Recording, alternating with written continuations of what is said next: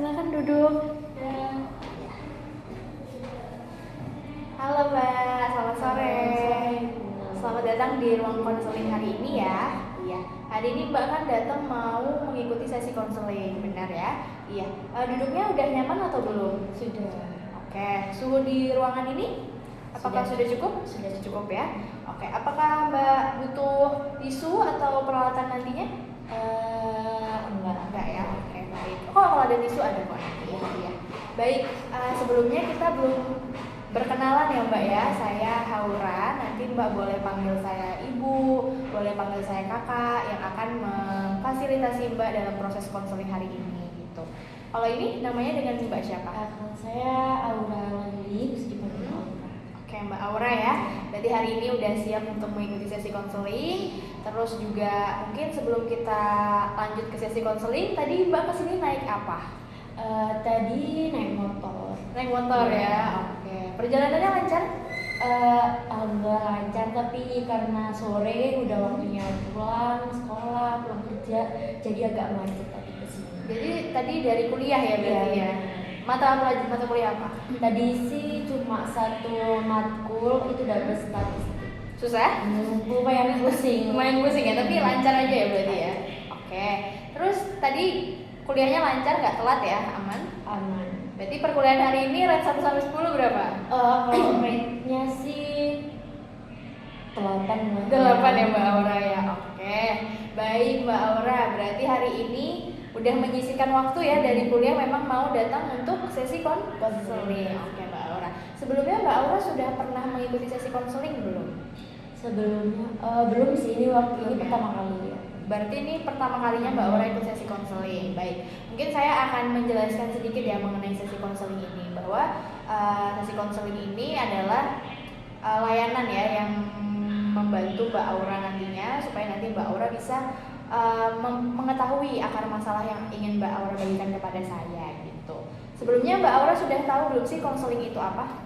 Kalau yang saya tahu sih kayak kita ini mencurahkan pikiran kita, perasaan kita, entah untuk divalidasi ataupun untuk memecahkan masalah bersama gitu. Iya betul, benar banget Mbak Aura ya. Berarti udah paham ya mengenai sesi konseling ini. Nah nanti sesi konseling ini kan akan saya bantu ya di sini ya. Saya Haura sebagai konselor Mbak Aura. Nanti Mbak Aura bebas untuk menceritakan apapun ya tanpa takut rahasianya dibocorkan, karena saya juga memegang asas kerahasiaan di sini. Saya menjunjung asas kerahasiaan di mana apapun yang akan kita bicarakan dalam sesi konseling ini akan saya simpan dan tidak akan saya bagikan kepada orang lain tanpa persetujuan Mbak Aura.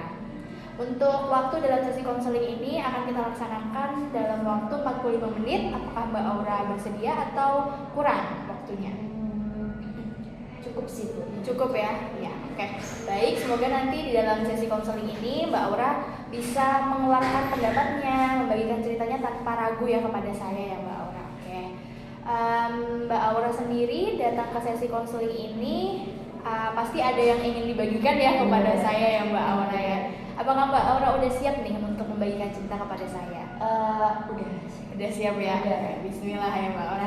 Silahkan Mbak Aura, mungkin boleh diceritakan sedikit masalahnya seperti apa? Ini sih tentang hubungan ya Bu, kayak toxic relationship gitu. Nah ini saya bisa langsung cerita aja. Iya, baik Mbak Aura, sebentar ya saya izin juga untuk mencatat beberapa poin-poin yang nanti Mbak Aura ceritakan kepada saya. Oke. Baik. Jadi saya waktu sekolah itu punya pacar seperti itu ya cita-cita ABG gitulah Bu. Nah di situ saya juga punya sahabat, karena dulu kan saya ini sekolahnya ini di pesantren, jadi apa-apa itu 24 jam itu pasti sama teman gitu kan. Kalau ada apa-apa juga sama teman itu. Nah saya ini punya teman dekat nih, kalau kayak circle gitu lah ya. Circle ini ada sekitar 8-10 orangan lah gitu. Nah salah satu di antara orang-orang ini itu ada yang deket banget sama saya kan, kayak yang paling klop gitu loh sama saya. Kalau ada apa-apa ya saya sama dia gitu. Terus melakukan segala aktivitas ini sama dia seperti sama sahabat saya ini. Nah inisialnya ini sedih.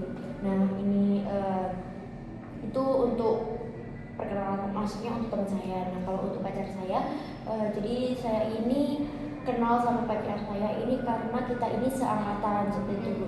Seangkatan sama-sama, ya sama-sama SMP-nya ya, tapi ya dia di Pondok Putra, saya di Pondok Putri. Nah habis itu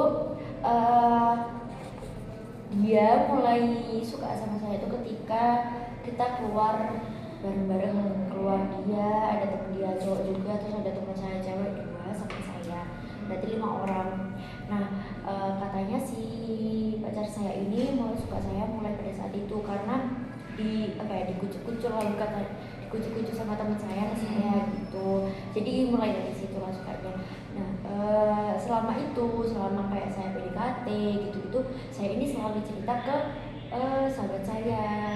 Saya selalu cerita kayak aku lo di chat ini, terus memang aku deket sama ini, dia kemarin ngechat kayak gini gitu. Nah PDKT itu berlangsung terus selama beberapa bulan gitu, sampai akhirnya kita jadian waktu liburan pondok pesantren ketika hari raya Idul Adha.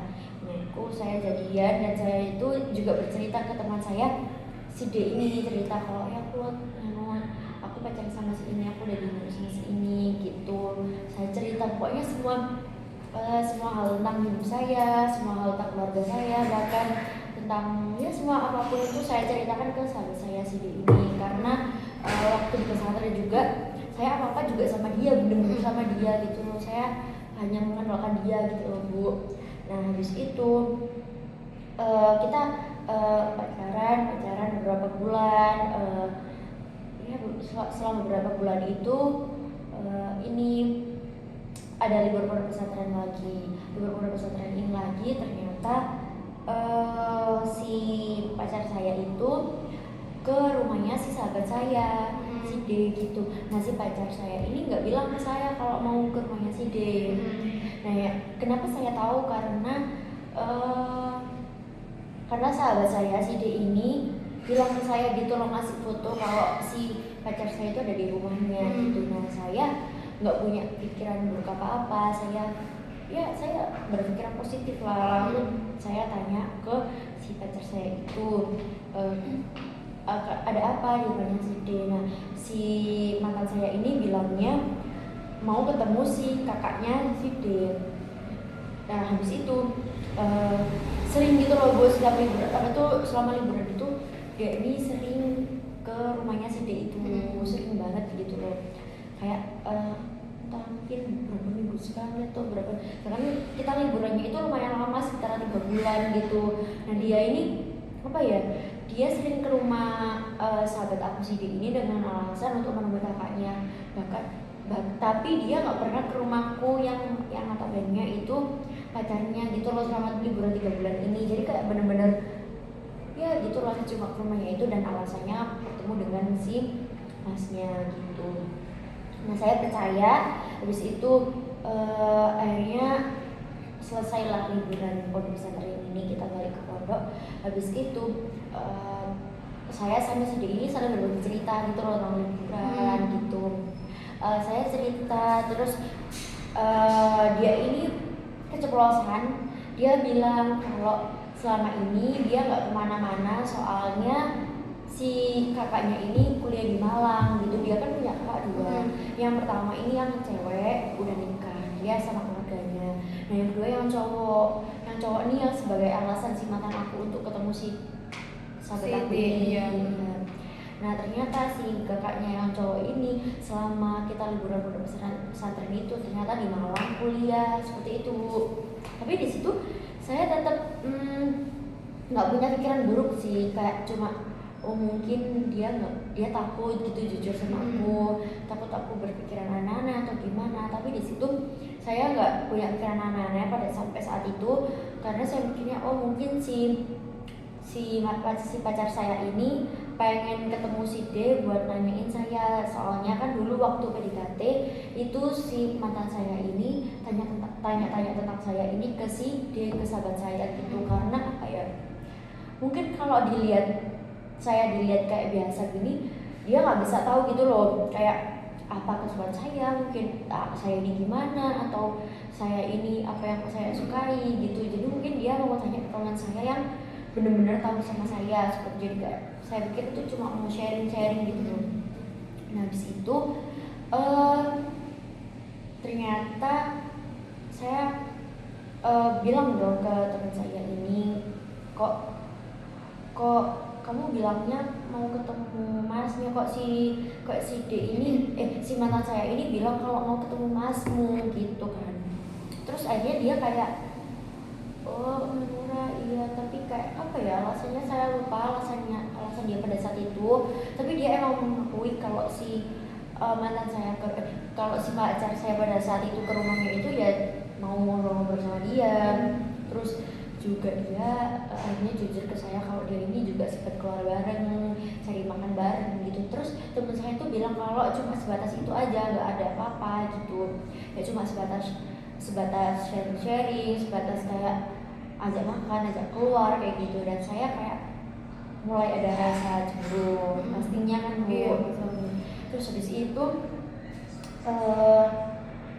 beberapa bulan lagi, liburan lagi, dia juga sering ke rumahnya si itu lagi gitu. Dan itu kan, dan itu apa ya, dari situ saya kayak ngapain gitu loh. Dan saya juga bertanya-tanya gitu loh, kok sahabat saya si D ini kok nerima dia lagi gitu loh, sedangkan dia kan udah pacar saya gitu loh. Habis itu akhirnya saya udah capek sendiri. Dia juga ini Bu, selama hubungan juga dia ini lumayan toksik gitu orangnya. Ya mungkin toksiknya toksik verbal yang nggak sampai ke fisik gitu loh, tapi itu tetap membekas gitu di saya gitu. Jadi akhirnya saya memutuskan untuk mengakhiri hubungan ini seperti itu. Baik. Apakah ada yang ingin Mbak Aura bagikan lagi sebelum saya tanggapi Mbak Aura? Belum sih, nanti. Belum ya, baik. Jadi di sini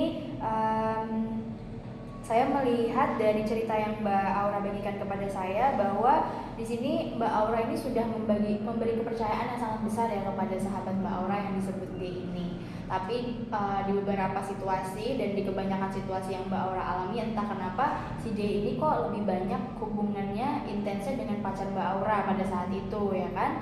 Terus juga di sini tadi saya juga sempat mendengar Mbak Aura berkata seperti ini, kenapa sih kok si D ini nerima cowok Mbak Aura lagi gitu. Berarti sebelumnya apakah Mbak Aura ini sudah pernah berkomunikasi atau gimana mengenai pembahasan yang kenapa gitu kok cowok Mbak Aura ini main ke si D terus, atau hanya disimpan? Saya sih simpan ya, karena saya nggak mau kayak menyakiti perasaan sahabat saya. Kalau saya bilang kayak jangan, kalau lain kali kalau si pacar aku dateng nggak usah diterima, saya nggak mau kayak menyakiti gitu loh. Kayak seakan-akan kan takutnya si sahabat saya itu berpikiran kayak padahal aku pun sahabatmu loh, aku nggak mungkin ngambil si pacarmu. Aku takutnya ya itu sahabat saya punya pikiran buruk ke saya gitu. Jadi saya mengkip gitu, tapi saya mengkip itu juga karena berpikiran kayak gini, oh dia sahabat saya, dia pasti tahu gimana lah etika pertemanan seperti itu. Berarti Mbak Aura berharap di sini seharusnya D ini tahu batasan. Terutama di sini kan juga Mbak Aura ini benar-benar menganggap dia seperti sahabat ya Mbak Aura ya. Tetapi mungkin balik lagi di tengah situasi pada zaman sekolah itu Mbak Aura mengalami hal-hal yang kok sepertinya tidak sesuai ya dengan prinsip Mbak Aura yang seharusnya sahabat itu bisa kita percaya, bisa mengerti batasan-batasan hubungan, tetapi malah sebaliknya seperti itu ya Mbak Aura. Jadi pada saat itu perasaan Mbak Aura seperti apa ketika tahu pacar Mbak Aura pada saat itu lebih sering bermain dengan D? Kalau awalnya sih, kalau kan tadi saya bilang kalau ya nggak apa-apa gitu, tapi untuk kedua kalinya sih ini saya lebih kayak oh nggak bisa nih, mana kan apa ya, ya saya udah mulai berpikir gitu loh kayak kalau pacaran ini nggak gini deh gitu ya. Soalnya hubungan saya sebelumnya saya nggak pernah merasakan kayak gini. Makanya tadi di awal saya berpikiran kayak oh nggak ada apa-apa mungkin gitu, karena saya di hubungan sebelumnya dengan orang yang lain itu saya nggak diperlakukan seperti ini. Jadi saya nggak gitu loh kalau ini tuh sebenarnya nggak boleh, maksudnya apa ya, ini tuh nggak wajar gitu loh. Jadi saya tahu kalau ini nggak wajar pada saat ini udah dilakukan kedua kalinya itu. Berarti pada saat itu sudah mulai timbul perasaan kayak wah ini nggak wajar seperti itu ya Mbak Aura ya. Tetapi apa tindakan yang Mbak Aura ambil saat itu berarti tidak ada gitu ya Mbak? Nggak ada sih. Nggak ada, berarti lebih ke diam dan menekan perasaan Mbak Aura seperti itu ya. Baik. Berarti di sini Mbak Aura merasa kecewa ya dengan tingkah laku sahabat Mbak Aura dan juga mantan pacar Mbak Aura, karena juga tadi Mbak Aura sempat mengatakan bahwa Mbak Aura mengalami toksik tapi tidak fisik, melainkan hanya verbal. Nah, toksik verbal itu bagaimana perasaan Mbak Aura ketika dikenakan toksik verbal gitu? Pada saat itu sih saya cuma apa ya, saya menyalahkan diri saya sendiri sih. Oh mungkin saya salah, mungkin yang saya lakukan ini salah. Nah, jadi kayak saya ini menyalahkan diri saya sendiri gitu. Jadi Mbak Aura menyalahkan diri Mbak Aura pada saat itu dari toxic verbal yang Mbak Aura terima. Ya, jadi saya berpikiran kalau ini tuh salah saya. Dan itu terbawa sampai saat ini seperti itu Mbak Aura? Atau tidak? Iya, bisa dibilang iya, tapi ada juga enggaknya sih. Karena toksiknya ini berlanjut sampai saya udah putus gitu loh, udah pindah sekolah ya kan. Berarti toksiknya pun masih berlanjut ya Mbak Aura ya, sampai walaupun sudah putus. Apakah di sini Mbak Aura berkenan untuk membagikan ceritanya waktu di SMA itu? Berarti SMA ya Mbak Aura ya? Berarti Mbak Aura sempat mengalami toksik lagi walaupun sudah putus seperti itu ya Mbak Aura ya? Boleh saya ceritakan. Jadi ini yang menurut saya ini berdampak sih, yang paling berdampak sih, maksudnya membekas sampai sekarang gitu loh. Karena setelah saya putus, habis itu saya ini SMA ini kayak di semacam teror lah bu, di teror lah ya istilahnya itu. Jadi terornya ini ketika saya kelas 2 SMA. Nah jadi saya waktu kelas SMA itu aman-aman aja bu. Padahal kan saya putusnya tuh SMP akhir. Kalau seenggaknya kalau mau neror saya itu mungkin kelas 1 SMA gitu loh, langsung kayak berkelanjutan gitu kan. Tapi ini enggak. Ini kelas 1 SMA-nya kayak gak ada apa-apa, ya udah biasa aja gitu, teman-teman biasa sama teman-temannya juga gitu. Tapi terornya ini dimulai dari kelas 2 SMA ketika ini ada temennya si mantan saya ini nge-follow IG saya, terus habis itu dia tiba-tiba DM saya, terus habis itu dia DM kayak bertanya tentang hal-hal yang gak pantas gitu. Terus habis itu saya blokir, pastinya saya blokir. Terus itu setelah itu dimulai dari situlah mulai ada kayak WA itu yang kayak yang menteror dengan kata-kata yang menurut saya ini nggak pantas ya bu, kata-kata kayak menghina saya, lalu kata-kata yang seharusnya nggak diucapkan, lalu ada juga foto-foto video yang nggak pantas. Terus itu pokoknya hal-hal buruk lah bu yang dikirim terus ke WA saya seperti itu. Padahal saya ini udah ngeblokir, setiap kali dapat pesan itu saya blokir, terus saya ganti nomor, bahkan saya blokir lagi, saya ganti nomor, tapi dia ini tetap nemu nomor saya gitu loh. Sampai pada akhirnya saya ini muak banget dan dan saya ini kayak benar-benar udah gak tahu lagi. Akhirnya saya biarkan menumpuk di sana.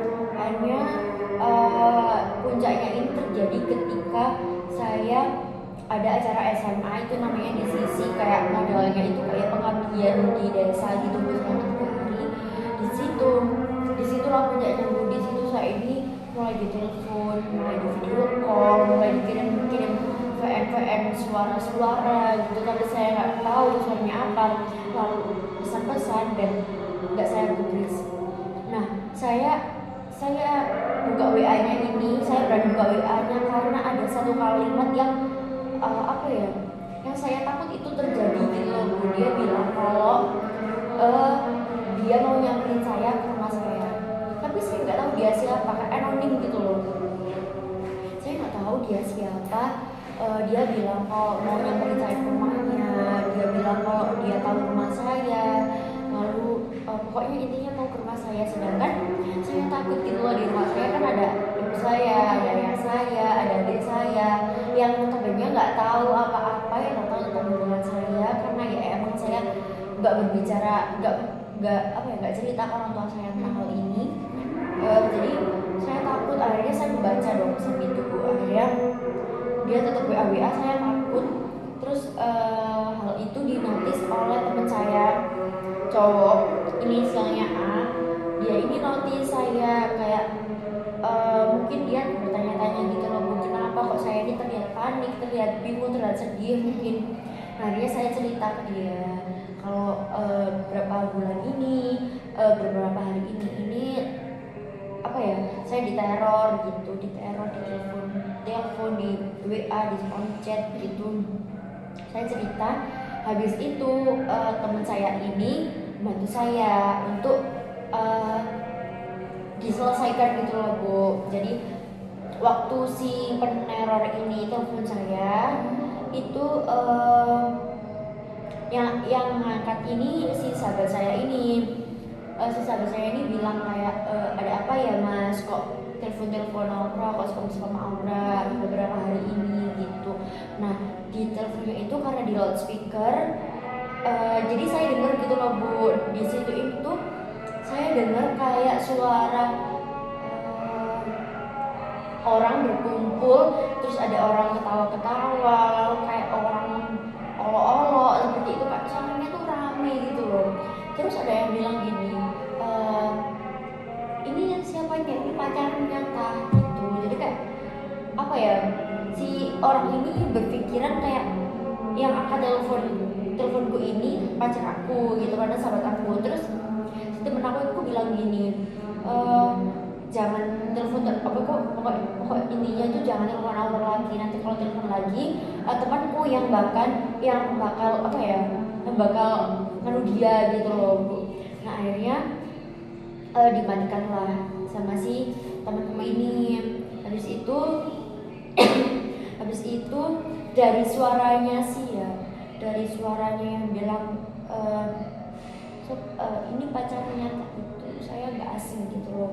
Dan saya berpikir kayak kayaknya ini tuh si mantan aku deh yang ngomong, tapi lewat nomor aku kayak gitu, lewat nomornya teman-temannya gitu.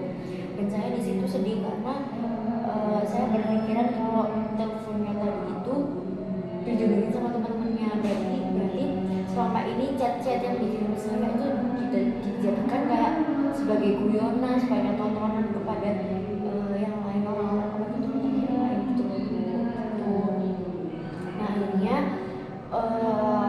teman aku yang cowok ini dia pengen tahu VN-nya itu isinya apa gitu.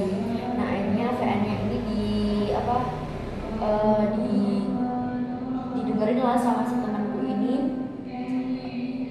Katanya akan pengen dengerin juga.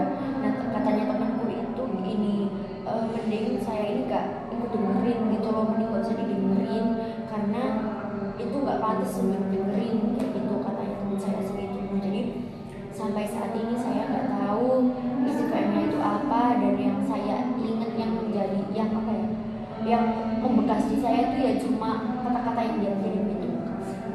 Baik, berarti di sini Mbak Aura ini merasa bingung juga ya, kenapa mantan Mbak Aura ini masih meneror Mbak Aura, padahal sebenarnya masalahnya kan udah selesai ya, udah putus dan udah pindah sekolah, terus juga hubungannya kan langsung close ya di situ ya. Tetapi pas di SMA Mbak Aura diteror ya kan.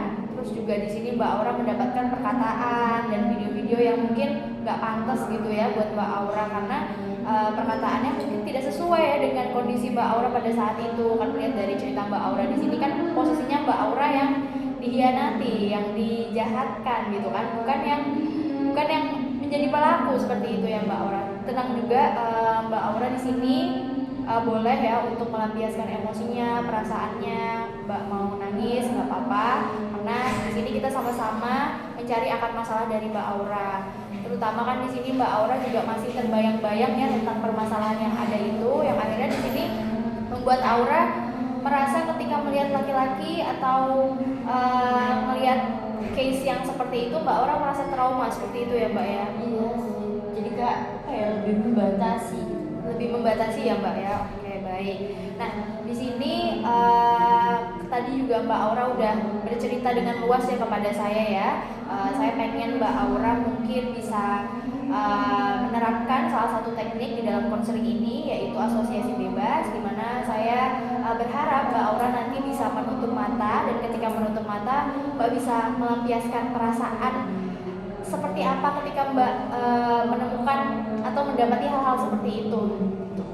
Mungkin Mbak Aura di sini bisa tutup mata, relax, terus Mbak Aura bisa mengatakan perasaan atau kekecewaannya ya, atas perilaku dan perbuatan yang pada saat itu seharusnya Mbak Aura tidak terima. Ya, dicoba Mbak Aura, ayo. Pelan-pelan, gak apa-apa Mbak Aura. Bagaimana Mbak Aura, apakah sudah siap membagikan ceritanya, perasaannya ketika mengalami hal-hal yang seharusnya tidak Mbak Aura terima, terutama kan perbuatan dan perkataan itu tidak pantas ya, seperti itu. Gimana perasaan Mbak Aura? Saya sebenarnya nggak marah, apalagi ke sahabat saya nggak marah. Saya memaafin dia, cuma ya itu saya marah ke diri saya sendiri. Kenapa waktu itu saya nggak bilang langsung gitu, waktu saya dihina-hina, waktu saya dikirim pesan-pesan yang tidak sesuai gitu, kenapa saya nggak ngomong langsung gitu. Jadi di sini Mbak Aura berharap Mbak Aura bisa ngomong langsung seperti itu ya.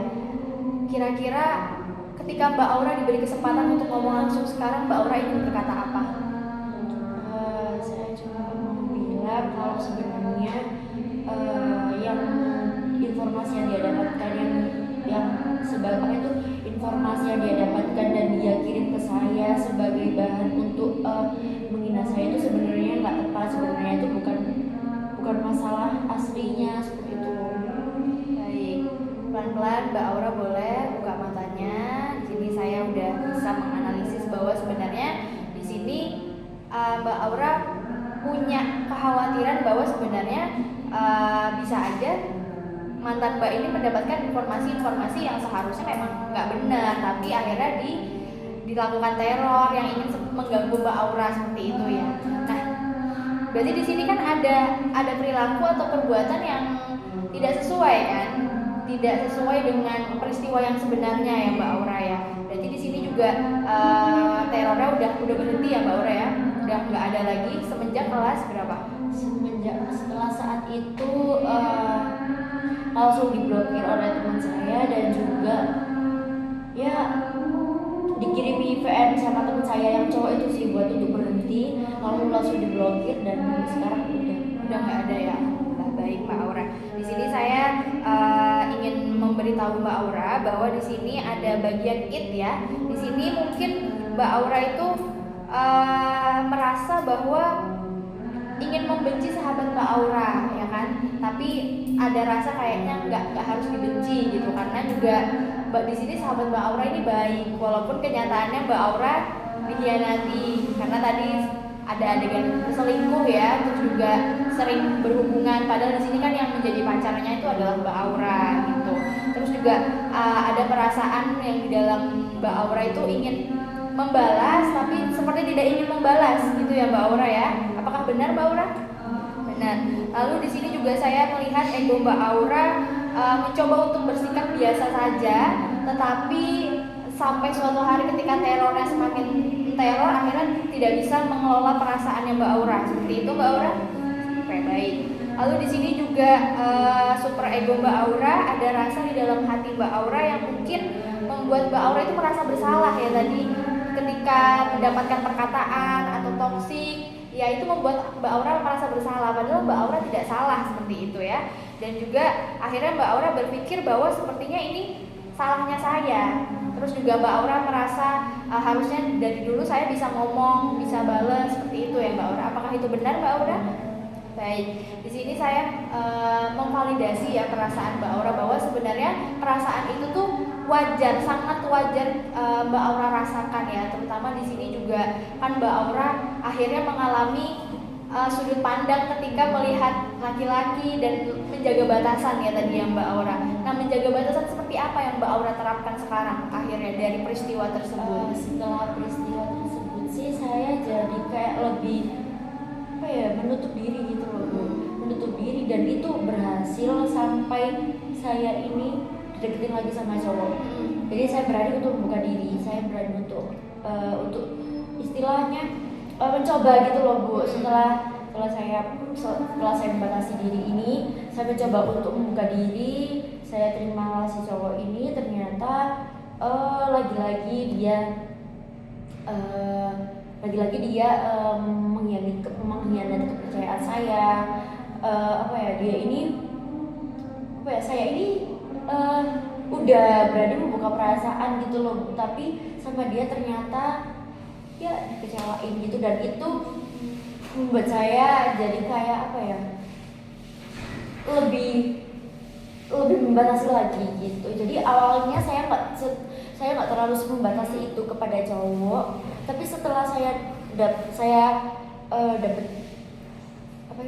dapat perlakuan tersebut, dapat perlakuan tersebut lagi, jadi saya lebih kayak enggak deh, mending saya sendiri dulu. Mending bahkan kalau ada cowok yang deketin saya pun, saya sampai bilang kalau bahkan ya mungkin terdengar jahat sih, saya bilang kayak bisa stop enggak, kayak gitu, kayak kalau ada cowok yang mungkin yapping, mungkin kalau dia terlalu basa-basi gitu, jadi saya kayak muak sendiri ya. Jadi saya takut terulang hal-hal seperti yang dulu-dulu, jadi saya stop langsung di situ. Berarti di sini Mbak Aura lebih memilih untuk membatasi diri ya akibat permasalahan-permasalahan yang ada di masa lalu. Nah, namun membatasi dirinya ini Mbak Aura menyadari bahwa agak terkesan jahat karena beberapa kali Mbak Aura harus memblokir dan mengatakan bahwa enggak, jangan dulu seperti itu ya Mbak Aura ya. Berarti di sini kan ada pengaruh ya dari pengalaman masa lalu yang Mbak Aura terima ketika SMP. Walaupun juga di sini Mbak Aura permasalahannya sudah selesai, tapi akhirnya itu menjadi sebuah pengalaman dan pembelajaran yang besar bagi Mbak Aura yang akhirnya membatasi diri Mbak Aura seperti itu ya.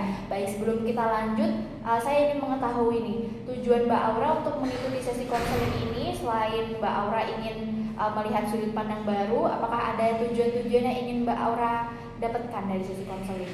Kalau saya sih tujuan awalnya saya cuma ingin bercerita aja gitu loh Bu, kalau sebenarnya saya ini nggak salah gitu, saya ini nggak salah. Jadi kayak cuma untuk mendapat ya benar katanya Bu tadi, sudut pandang lain gitu, sudut pandang kayak orang lain yang tidak mengalami langsung apakah perbuatan saya ini benar atau enggak.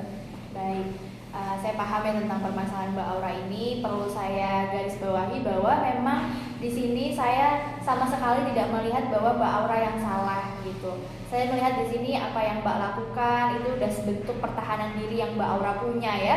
Di sini juga Mbak Aura kan mulai membatasi dirinya gitu. Walaupun pengalaman masa lalu itu sampai sekarang masih teringat ya Mbak Aura, tetapi setidaknya dari sini Mbak Aura kan mengetahui bahwa pembatasan-pembatasan yang Mbak Aura ciptakan itu berasal dari pengalaman yang Mbak Aura hadapi pada saat yang itu gitu kan. Lalu di sini dari pengalaman masa lalu itu juga saya melihat bahwa di sini Mbak Aura sudah mulai bertahap menerima bahwa hal-hal tersebut itu dijadikan pengalaman. Apakah benar seperti itu Mbak Aura? Benar Bu.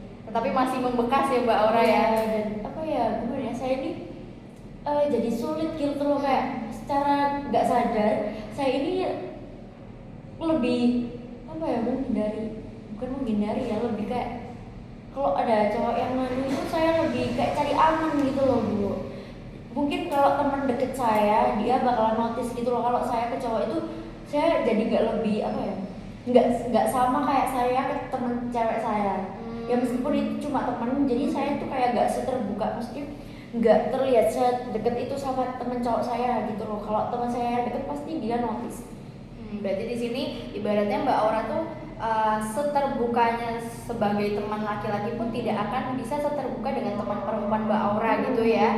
Nah di sini juga berarti Mbak Aura sekarang memandang laki-laki itu seperti apa sih? Gitu.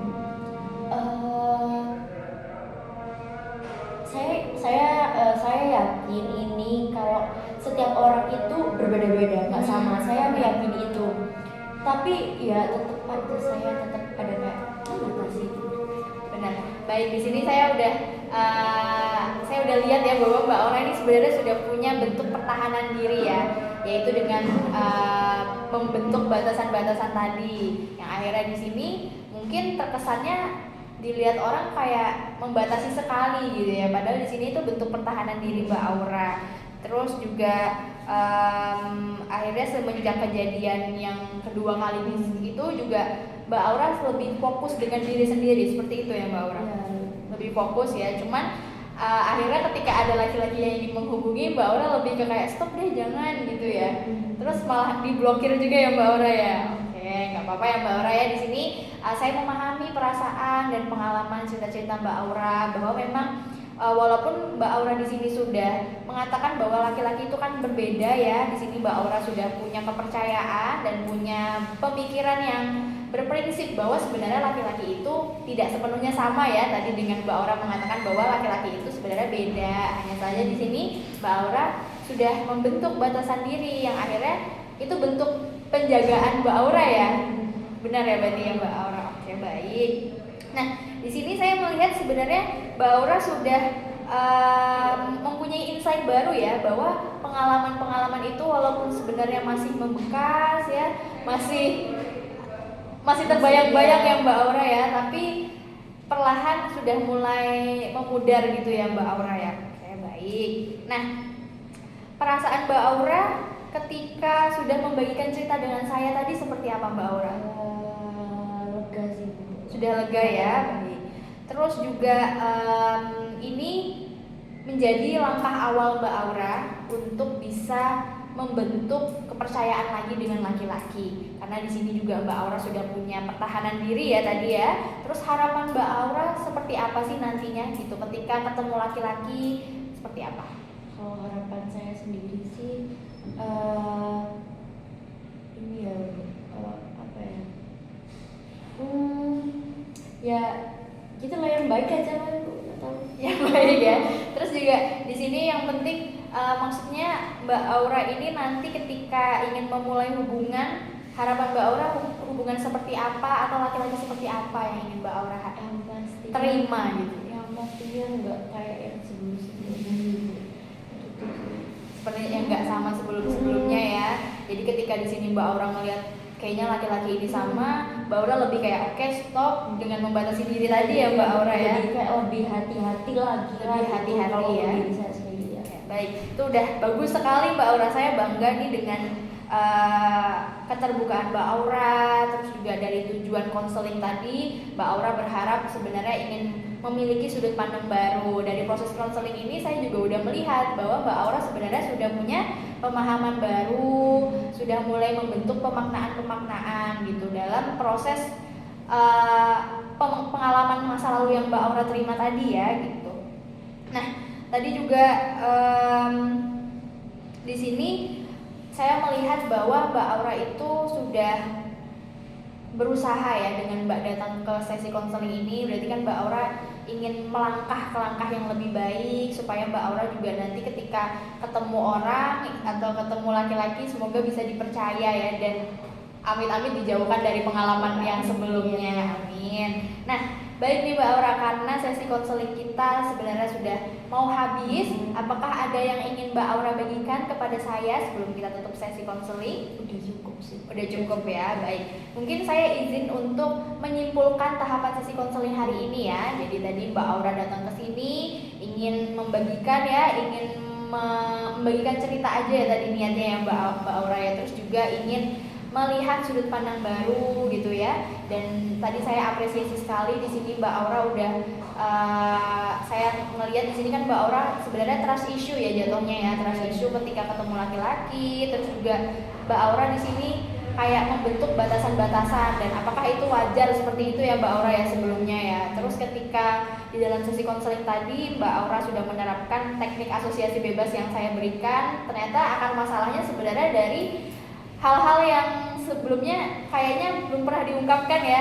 Tadi Mbak Aura mengungkapkan kan sambil bilang bahwa sebenarnya nggak apa-apa masalah itu, cuman karena di sini kan Mbak Aura bilang bahwa karena peristiwa dan chat-chat, foto-foto atau kabar yang didengar dari mantan itu kan tidak benar ya Mbak Aura. Makanya di sini Mbak Aura juga punya kekuatan bahwa sebenarnya ya dimaafkan gitu karena nggak benar ya kan ya Mbak Aura. Apakah itu benar Mbak Aura? Iya. Kesimpulannya lalu juga di dalam proses konseling tadi Mbak Aura sudah mulai menemukan nih akar masalah dari trust issue-nya Mbak Aura ini apa sih gitu. Apa masalah dari Mbak Aura membentuk batasan-batasan tadi, dan ternyata karena pengalaman-pengalaman masa lalu yang masih terbayang-bayang di Mbak Aura. Jadi perasaan Mbak Aura ketika sudah berhasil mengungkapkan perasaannya bagaimana Mbak Aura di teknik asosiasi bebas tadi? Tadi sih saya lebih kayak lebih kerasa kayak lega aja gitu, betul apa ya, saya bisa nyampaikan apa yang nggak bisa saya sampaikan gitu. Kalau sebenarnya saya ini nggak marah loh, tapi hanya terbayang-bayang ya Mbak Aura ya. Baik, bagaimana harapan Mbak Aura ke depannya nih nanti? Harapannya sih saya bisa belajar lagi untuk menerima orang, maksudnya belajar terbuka lagi ya, meskipun dengan kehati-hatian dengan batasan-batasan yang Mbak Aura terapkan ya. Nggak apa-apa ya Mbak Aura, batasan-batasan itu bisa dikatakan sebagai bentuk pertahanan diri karena kan dari pengalaman-pengalaman tadi. Baik, karena sesi konseling kita tadi sudah mau selesai ya kan, tadi saya juga udah menyimpulkan, dari simpulan tadi juga Mbak Aura sudah memberikan pengalamannya dalam sesi konseling, perasaannya setelah mengikuti sesi konseling. Mungkin sesi konseling hari ini akan ditutup. Apakah Mbak Aura ingin berbagi cerita lagi sebelum kita tutup benar-benar? Sudah cukup ya Mbak Aura. Baik, karena sudah cukup, nanti ketika Mbak Aura ingin melanjutkan sesi konseling, Mbak Aura bisa hubungi saya ya di nomor WhatsApp yang sebelumnya kita kontakkan. Nanti bisa kita atur jadwal dan waktu serta harinya sesuai dengan hari ini. Baik, terima kasih ya Mbak Aura. Semoga Mbak Aura juga nantinya dalam membentuk hubungan semakin baik dan semakin bisa membuka hati ya. Terima kasih Mbak Aura. Terima kasih juga.